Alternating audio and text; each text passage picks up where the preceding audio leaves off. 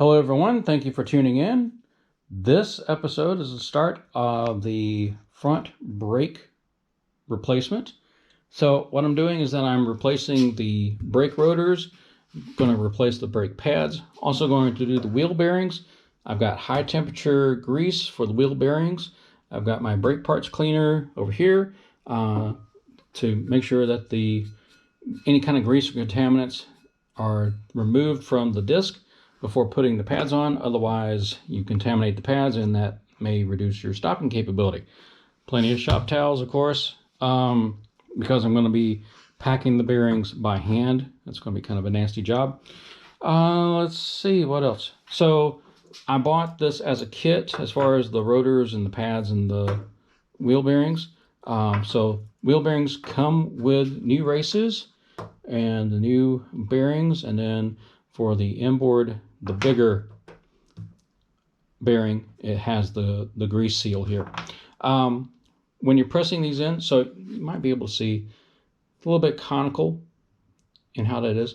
This goes into the inboard side of the brake rotor, and you either tap it in with a ball peen hammer, or you take a big socket, or if you've got one of those presses, so you can press that down. You don't want to have this side with this lip pointing this way. If you do, you're going to have a really bad South Park kind of day. So you want to make sure this is the side here that's going to go in, and then your bearing will fit inside of it just fine. Same thing for the outboard. So you can see here's the race for that. You can see it's kind of conical. You do not want this side pointing this way.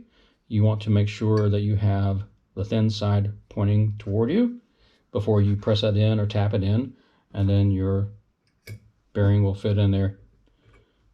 So that's that. With this kit, it comes with the OEM style Vanagon spindle nut.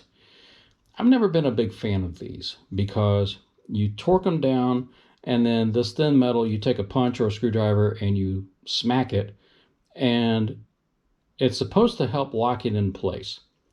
It's not really precise. I mean, there's guys out there who've been doing this for a long time, and they'll probably say, no, you got to work with it a little bit. So I'm going to do something a little bit different, and what I have are these.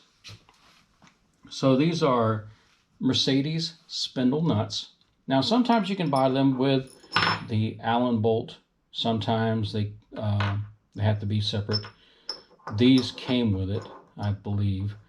So this is the surface that's going to go up against the thrust washer and the bearing, and then the outside where you see the numbers here, that's going to be pointed away or pointing toward you.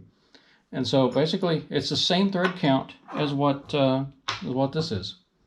So probably cost Vanagon or cost Volkswagen 2 cents for this back in the day, whereas this right here probably would have cost them 50 cents. But cost matters when you're manufacturing, I guess. So yeah, I'll be doing that. Probably see an installation video. I'm going to start with the left front wheel because it's got the speedometer cable and all that and the grease cap. So we'll start with that one first, and then we'll move over to the right-hand side and get everything going. So stay tuned. As always, thank you for watching. Take care.